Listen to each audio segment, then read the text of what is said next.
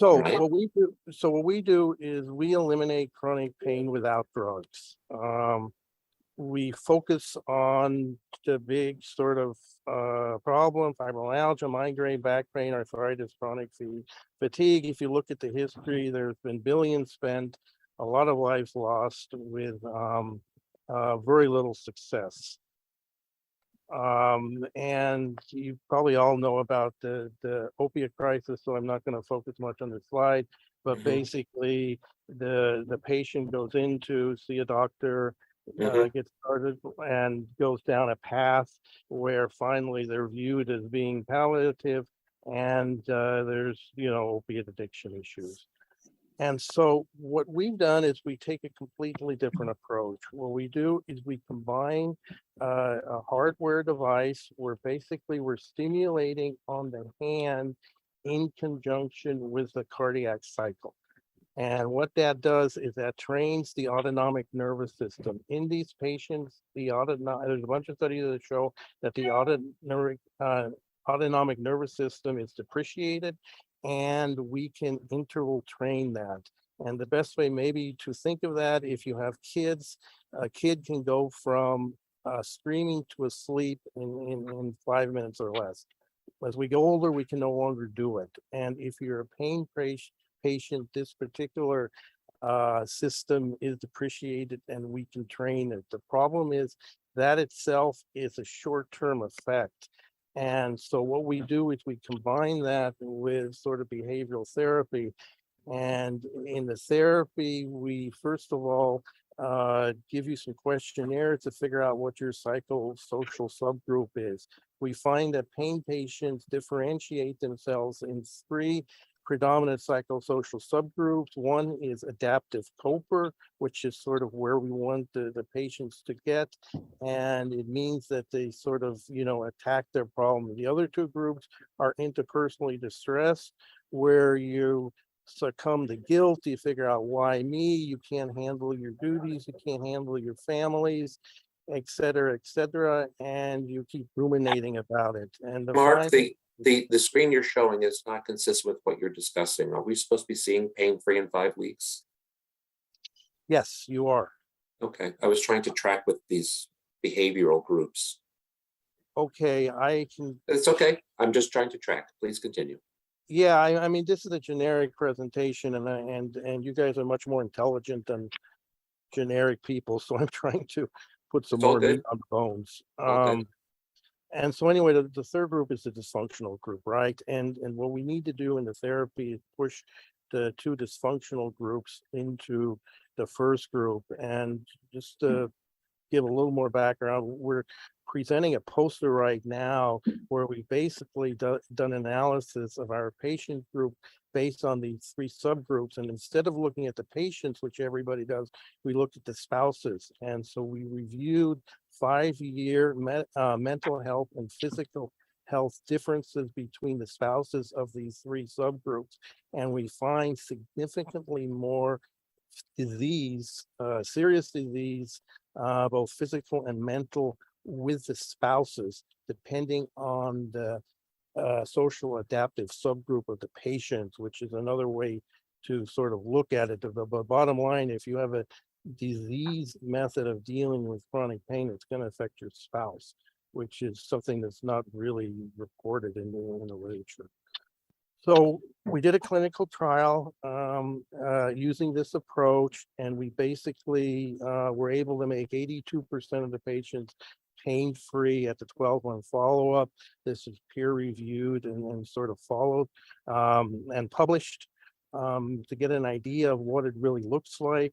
You've got a little physical device that's a board. The board has 5 leads, 3 EKG leads, and 2 stimulation leads on the hand. And I guess I'm running out of power, so we can switch this a little bit. Just 1 second.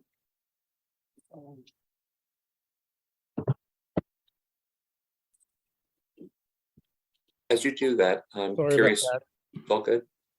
Are you plugged in? I'm plugged in, yeah.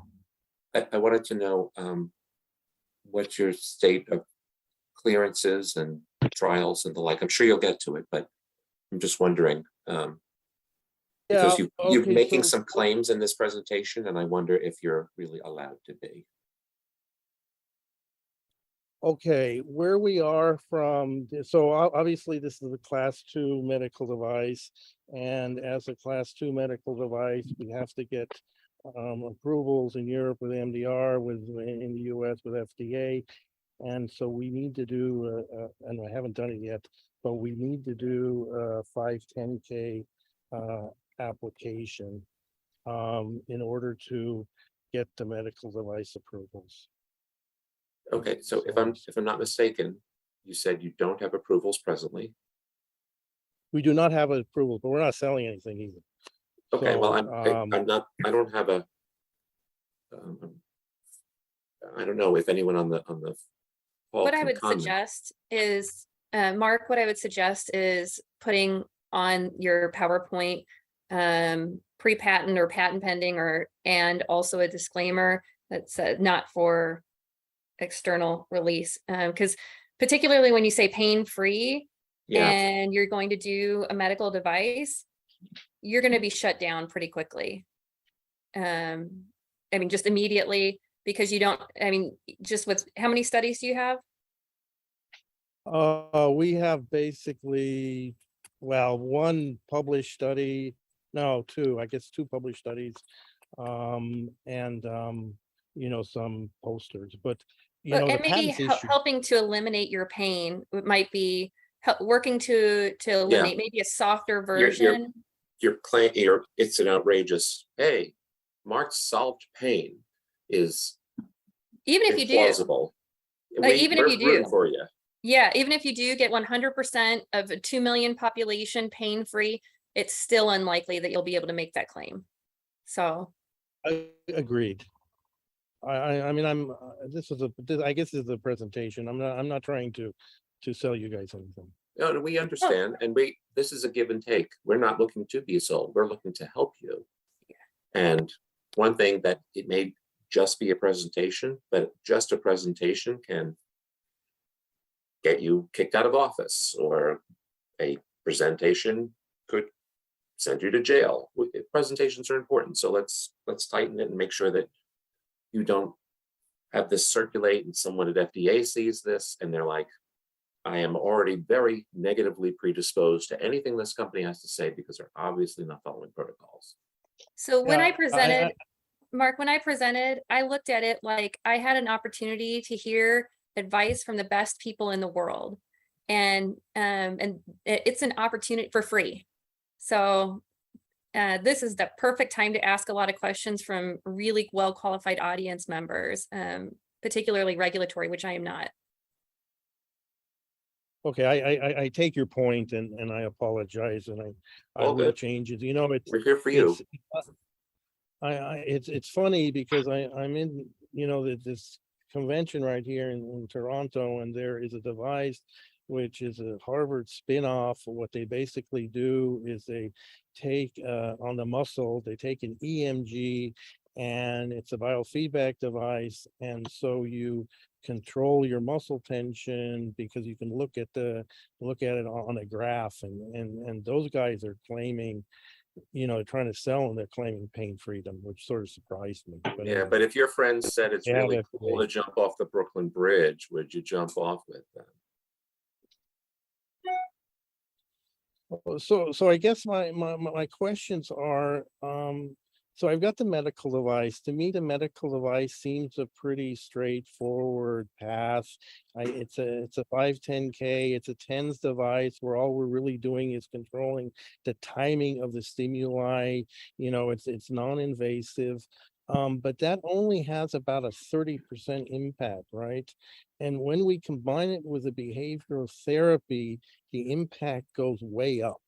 And so the question is sort of from a we regulate therapy through licensing, right? And so and the therapy would be considered, I guess, traditional therapy, which means we basically talk to the patients. And so the question is, from a regulatory point of view, how do I view this? Is it 2 things that we just combine, or is it more complicated?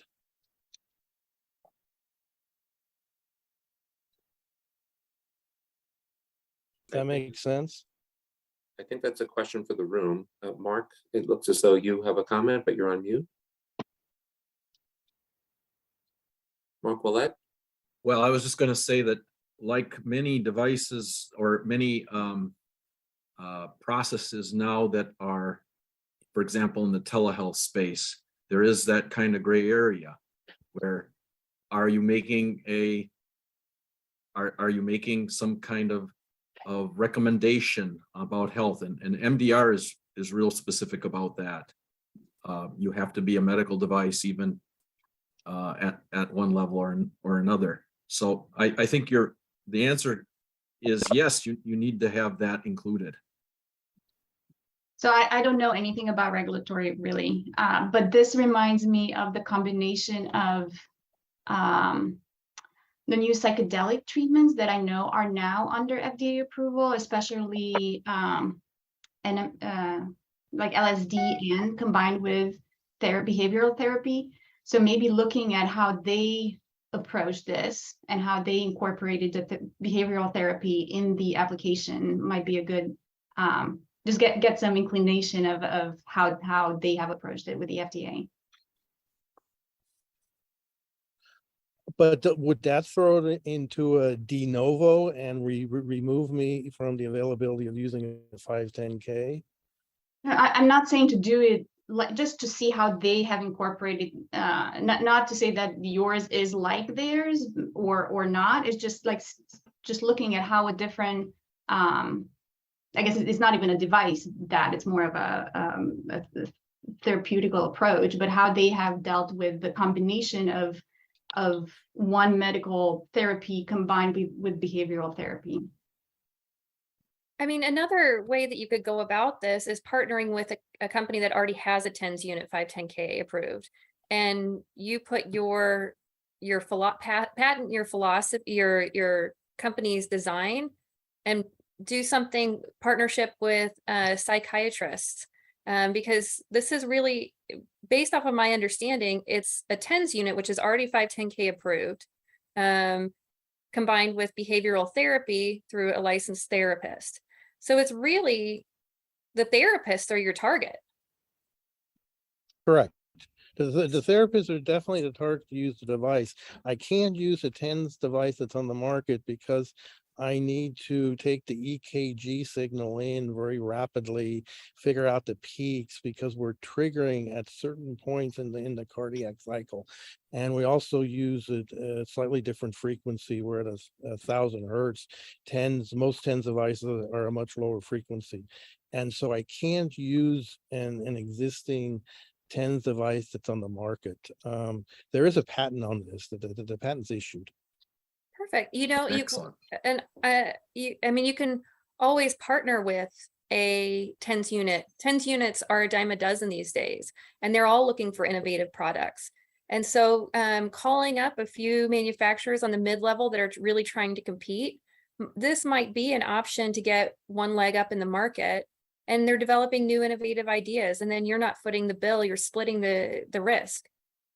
I'm hoping that Elizabeth and Girish will come on as panelists. Girish, because you're the engineer on the call, and Elizabeth, because you deal with startups often. I'd like your take on what Mark is sharing.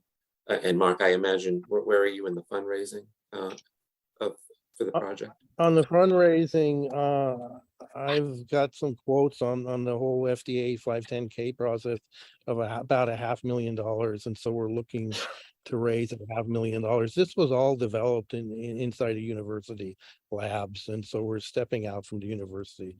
It's the technology and everything was developed at UNC and the University of Marburg. Paul? Mark, is your end game to go B2C and sell the product, or is it to always go through a therapist, through a facility where the patient goes to a facility to get treatment and then has the matching therapy prescribed? Yeah, I think the approach is to go to therapists, chiropractors, pain specialists, and people that can do the therapy. We've talked a lot about perhaps doing the therapy online, but that's a whole other step that would really have to be tested, and we're worried about that the efficacy of that goes way down. I think initially anyway, it needs to be this needs to be delivered by a professional. It can be a physical therapist too, by the way. It doesn't necessarily need to be a psychological therapist, but somebody that understands the relationship between pain and motivation, and the whole pain network, and the whole psychological aspects of pain, which are significant. I mean, the reason why pain therapy up to now doesn't work is because the medical approach is, if we can stop the noxious input from getting to the brain, then we'll resolve pain. And that hasn't worked. It hasn't worked with opioids. It hasn't worked with nerve denervation. It hasn't worked with back fusions. It hasn't worked with spinal stimulator, et cetera, et cetera. So that's a bit of the background. Okay. That really from I'm a supply chain guy, but I was just running a 100% telemedicine behavioral health company. I was running ops. So you really want to figure out the billing codes and things like that, right? I mean, this is the way you now presented it.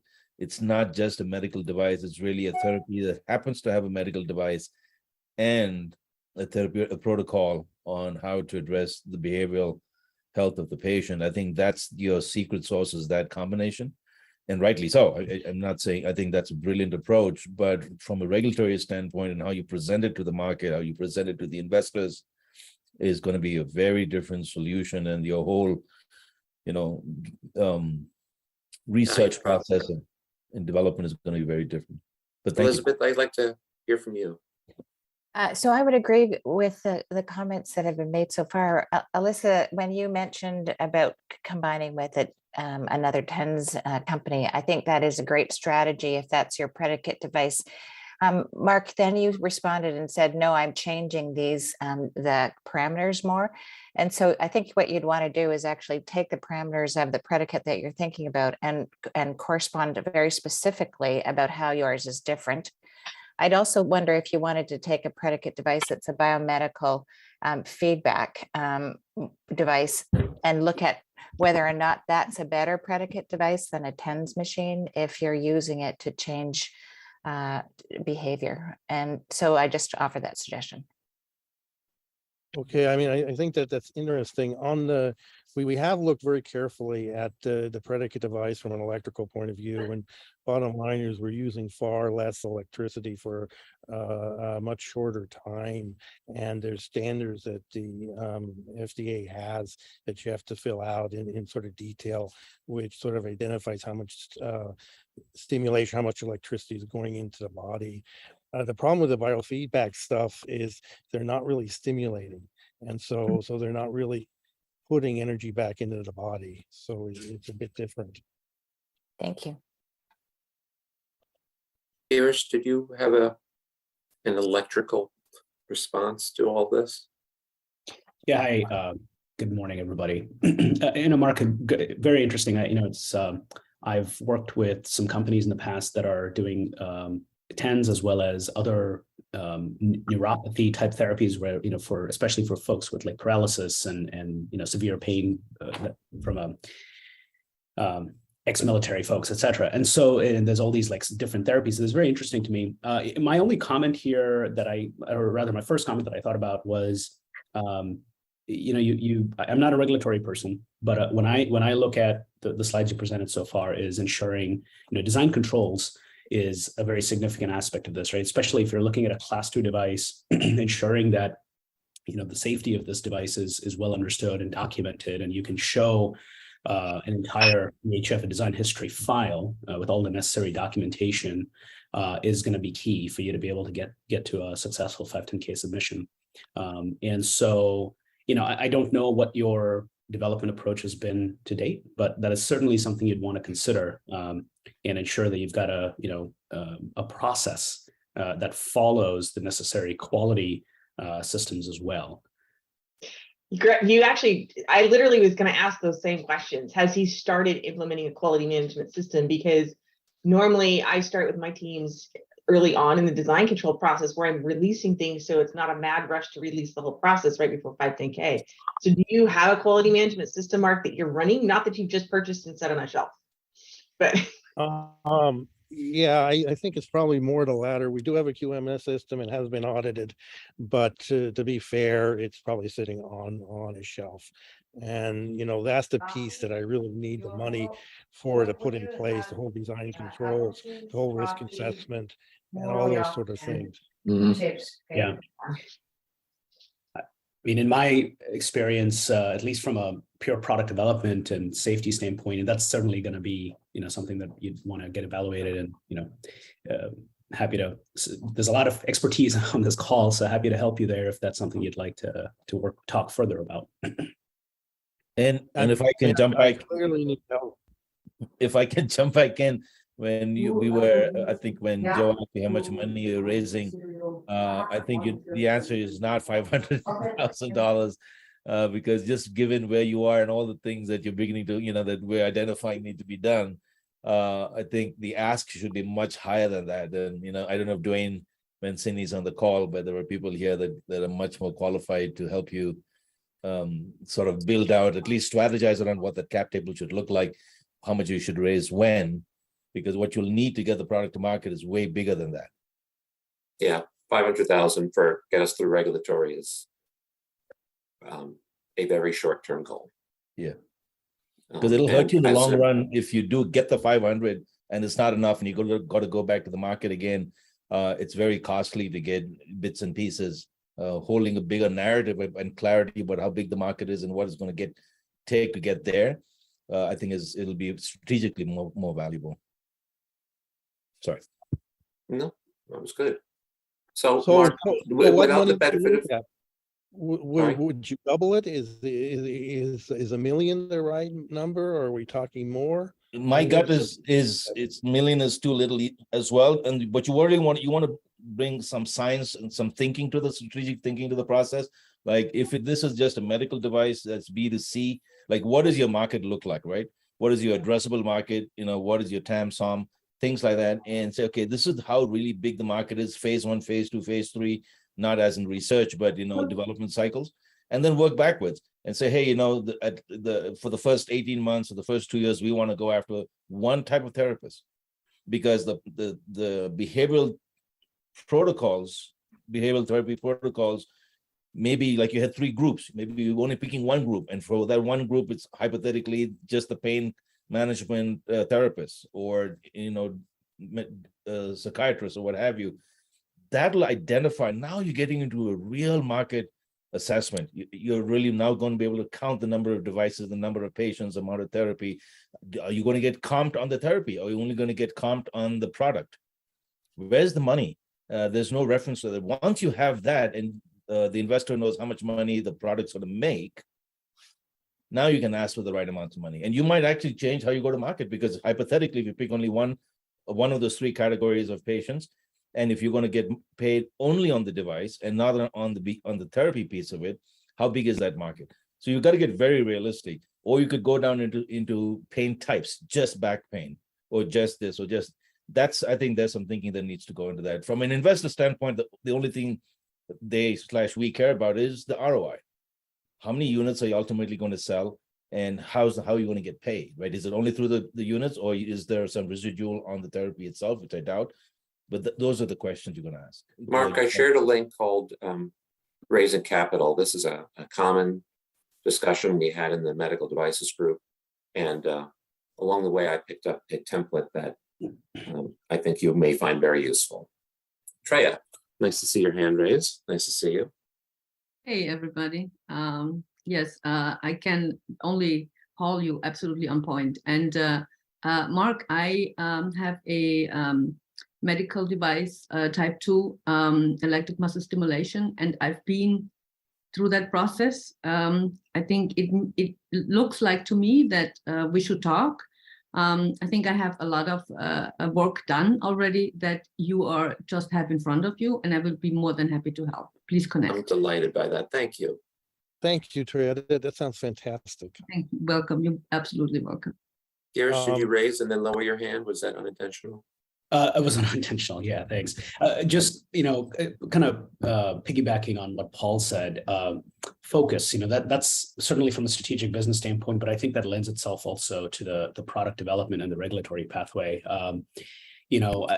I think there's some merit to figuring out, exactly one modality that you want to go after with your product and even getting a 510K for that. And then you could always make a product change either in software or, maybe sometimes in hardware that then could have its own, essentially delta process, right, from a regulatory standpoint. But as long as you take that approach and come up with a step-by-step approach to developing the product and all of the design control documentation associated with that, it gives you that flexibility later on, as opposed to trying to boil the ocean straight up.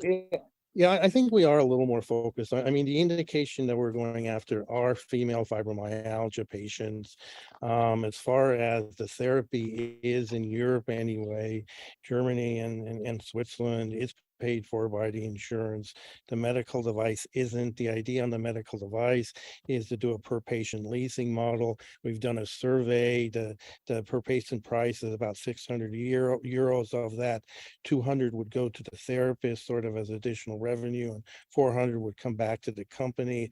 As far as the market size goes, just looking at those three companies, those three countries, there's plenty of therapists and plenty of patients to run a spreadsheet, which we've done. That's quite profitable. I think the numbers actually look good. Mark, I also put in the chat the somewhat formulaic way for you to help narrow your message. It is a positioning statement to whom you are the what's the benefit, and how do you support that claim? Because just in the last 45 seconds is the first time I heard the word fibromyalgia in this presentation, and yet that's your target. I would have started with that. He did start with it. Well, then I wasn't paying attention. It was the That's very on first him. thing on the slide.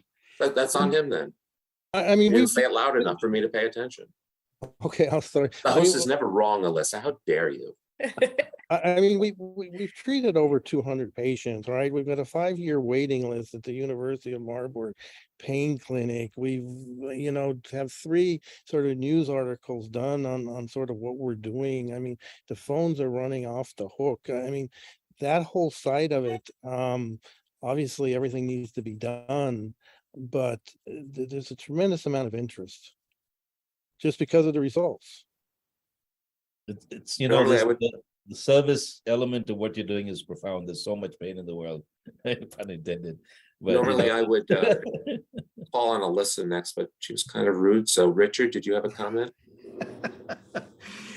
Yeah, you asked me at the beginning why was I interested in the subject. I've got a sister with fibromyalgia. She's in Scotland, and they do a lot with pain management clinics, like you mentioned there. A lot of the therapy stuff.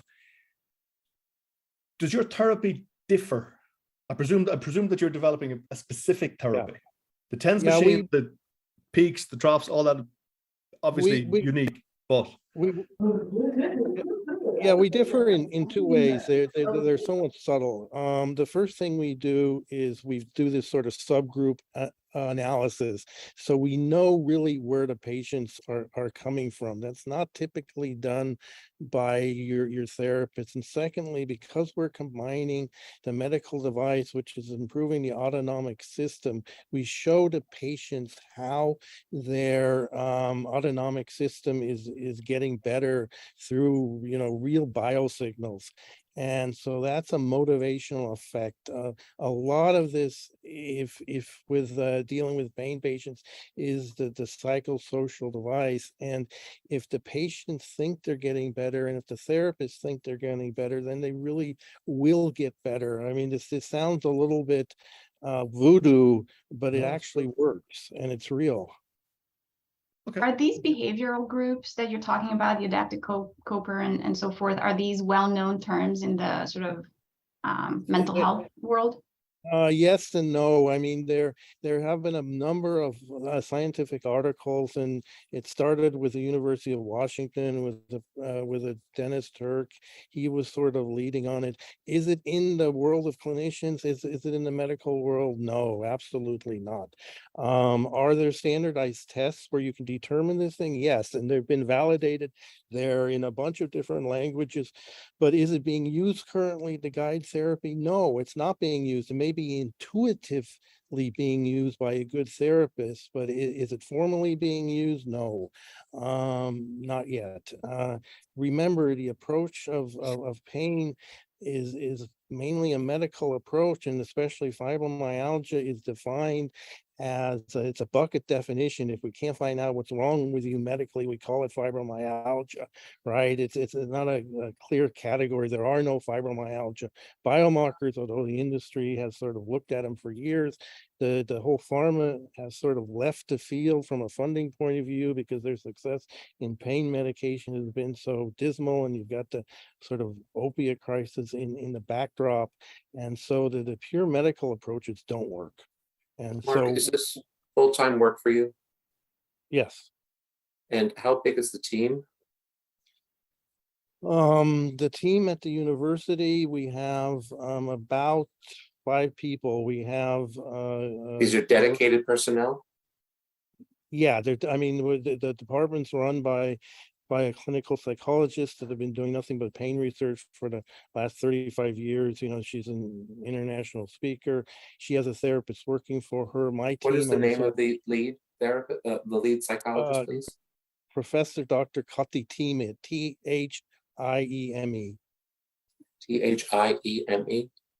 Yeah, IEME. Okay. And you know, the rest of the team is, I've got a front-end programmer, I've got a firmware programmer, and I've got a physicist, which is basically the technical team. May I also ask, if you don't mind sharing, are you in a financial position where you don't need to draw a salary or make money right now and can work on this? That's correct. Okay. Well, I'm doing it because I think it needs to be done, not because I'm trying to get rich. Okay. If there are no other questions, we'll hear what Alyssa has to say. Oh, you're getting it, Joe. I can give it just as much as I can take it. So I have already received some. So Mark, just from a standpoint of how to open up the presentation, this was the most passionate I've seen you throughout the entire time, was at the end when you're talking about the teamwork that's gone behind this and all of that stuff. If I were you, and you don't take it or leave it, I would open up the room and right off the bat, ask the room, how many people know someone with a pain condition that is in theory incurable, and they're living with it on a daily basis? And then have everybody raise their hand that does. And then question B, how does it affect the people around them? Like, have you noticed that when they have a good day, they're lighter, they treat other people better, blah, blah, blah, blah, blah. And say, then side 3, make sure that other people are talking too, and make sure that you're getting feedback from the audience.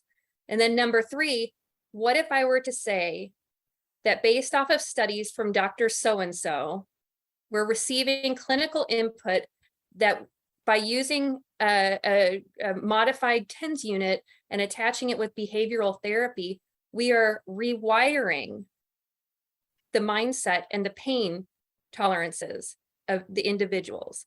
And that gives a clear message in a minute and a half, 2 minutes.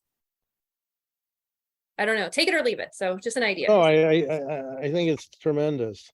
You know, if I'm speaking in person, I actually have done that a couple times. You know, how many doctors have chronic pain patients? Usually it's the doctors, and they don't know what to do with them. They have no clue what to do with their chronic pain patients, and you know, it's a huge problem. I would almost challenge to ask a different question, very much along this line. I bet you if you actually polled the room today and had everybody raise their hand, I have fibromyalgia, Sjogren's disease, and arthritis. I live with chronic pain, and I have herniated discs in my back.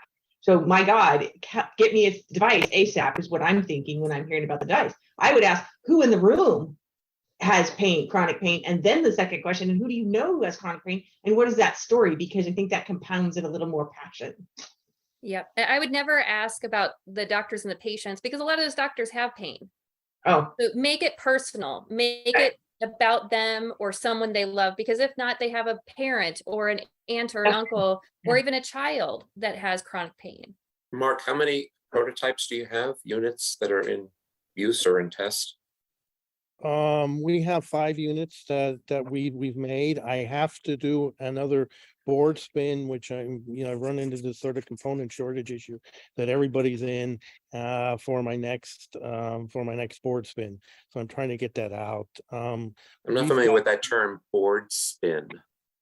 Okay, so You mean presenting to the board? I'm sorry. no, a PCB board spin. It's every time Iris is you laughing at me now, like, wow, he has no effing clue at all. And Andre is not helping either. I think Andre's laughing harder than me. There's a lot of laughter going on at my expense. I think this call is going to end very, very quickly and abruptly. We're laughing with you, Joe, with you. No, we're not. It's okay.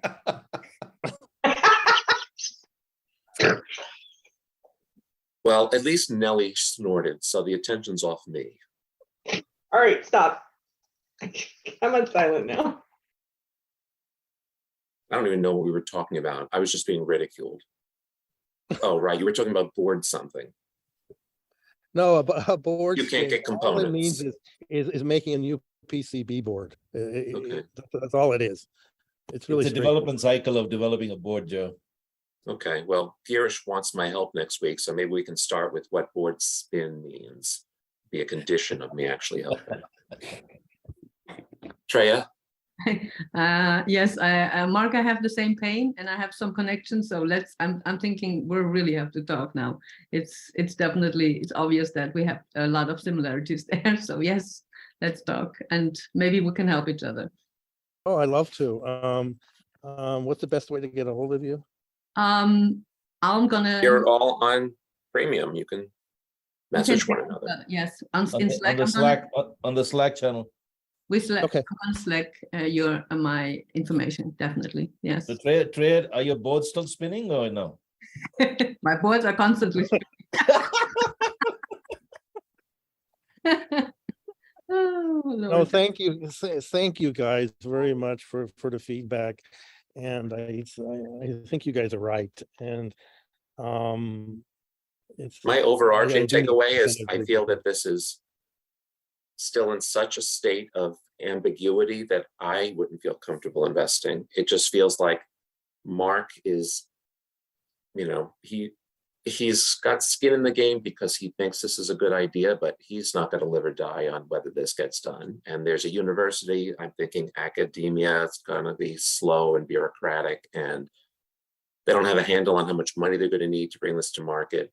You're going to need really firm, driven management with strategic plans and strategic partners about how, because even with all of that, you're going to be introducing a new concept and a new behavior. And that's, ask your clinical psychologist friend. I mean, we're really talking about major changes in people's awareness, interest, trial. I'm quite skeptical, lovingly, quite skeptical. Well, I mean, they have EMDR and brain spotting. It's all neurofeedback. Yeah. Now we're talking about cardiac feedback, combining an additional thing with neurofeedback. I don't think it's that big of a stretch. I at don't all. either. I think it makes a lot of sense. I mean, they've actually proven by taking antidepressants, it lowers people's pain synapses, and it might be placebo effect, but maybe just taking that pill, that brain to pain, the neuro response is No, lower. that's interesting to me. Yeah. And I've tried electromagnetic therapy for myself, and I think I got some temporary relief. I don't know that it was something that, I don't know if once you start doing this, if it does in fact relieve pain, if that's something that I'll do for the rest of my life, or if it's something that. The relief from the stimulation is temporary. And the way you make it long-term is you combine it with a psychosocial change. Our brains are very powerful. We can turn off noxious input. We do it all the time. You guys don't feel your butts right now that you're sitting on. And the reason why you don't feel them is because the information's not important. As soon as I mention it, you feel them, okay? So the 90-year-olds, most 90-year-olds do not have chronic pain in spite of massive systems. Why? Because the input's being turned off. It never gets to your awareness, and that mechanism that turns off unimportant information is broken with these chronic pain patients, and it can be restored. I mean, that's the very positive message here. Mark, you don't recognize how immature I am. The fact that your example was about whether my ass hurt right now, I wasn't able to pay attention to anything else you said. So you might want to come up with another example. I like the example. But Rick, guys, Rick, is your butt bothering you, Rick, right now? Well, not at the moment, but you know, and I don't even really want to have a discussion about it because it's such a complex subject for men, you know, just our butts. You know, we always think about those poop jokes and everything in the world. You had something else to contribute, though? Thank God.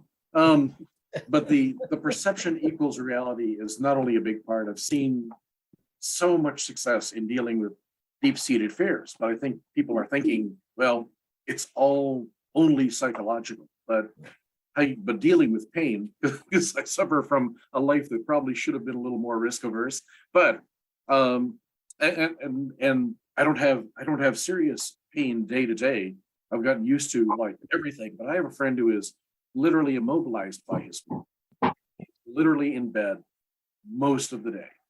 And the effect that it has on the rest of his family is just titanic. So, so if you can find, so Mark, if you can, as you get to a place where you're ready to scale up,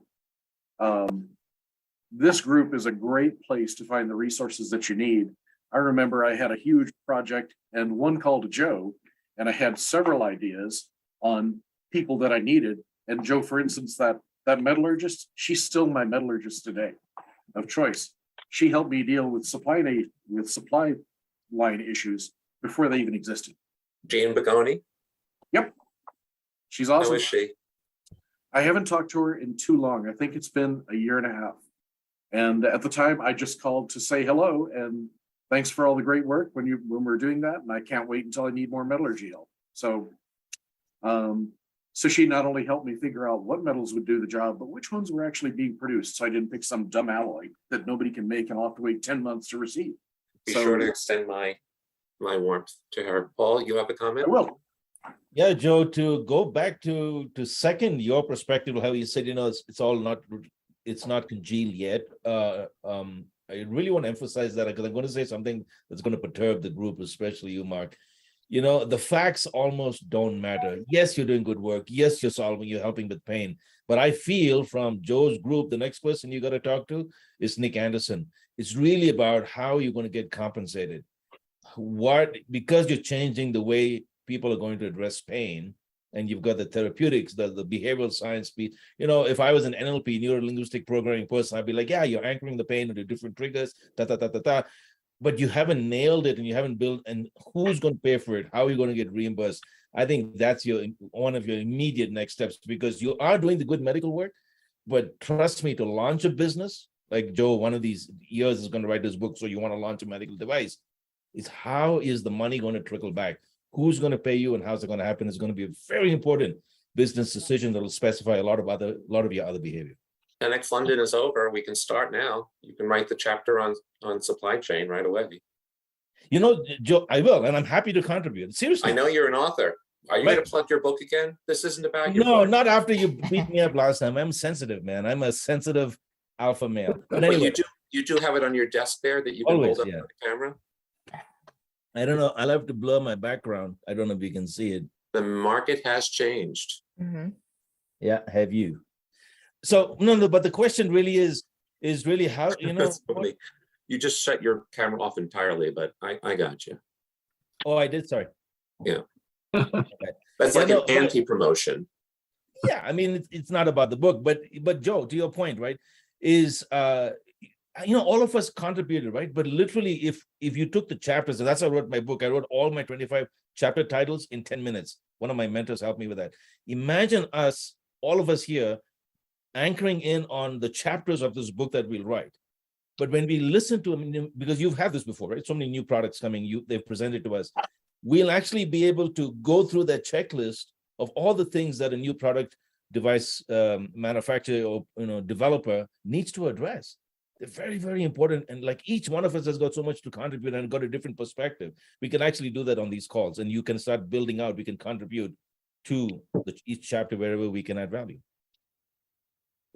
Mark, one of my clients has developed an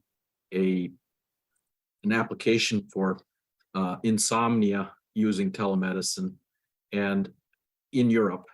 And I think he's finding it easier there. I suspect you will as well.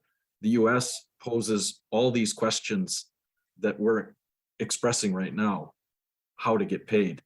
You'd probably be better off in your early stages if you manage the MDR to operate there.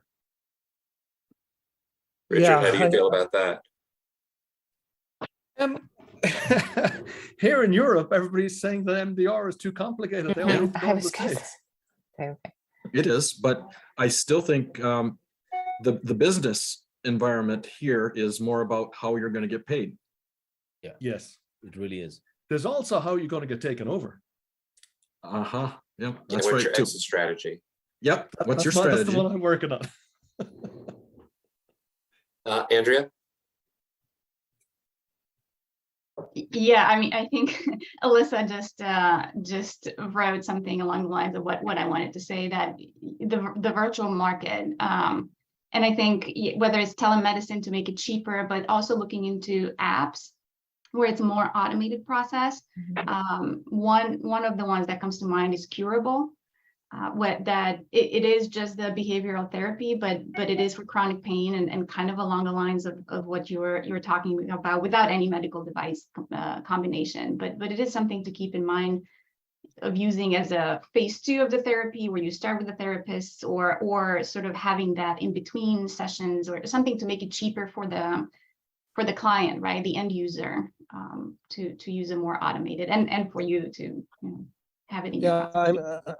I mean, there's been over 100 billion spent in the United States in digital therapeutics. And I think that for a certain percentage of people, that work just fantastic. And I think we're basically the next step, because we add a device to that equation.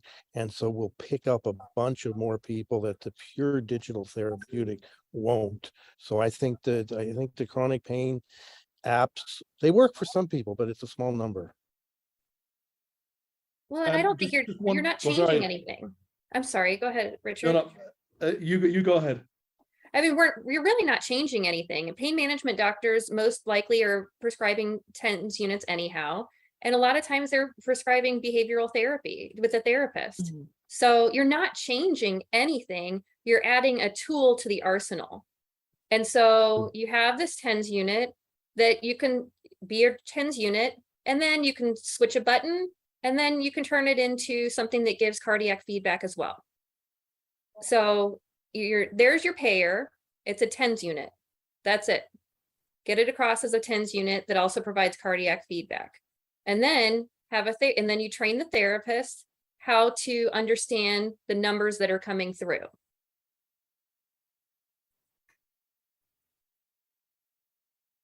That makes sense. Any final Me, thoughts from the I'm gonna make group? one very quick comment if I can. Yes, go ahead.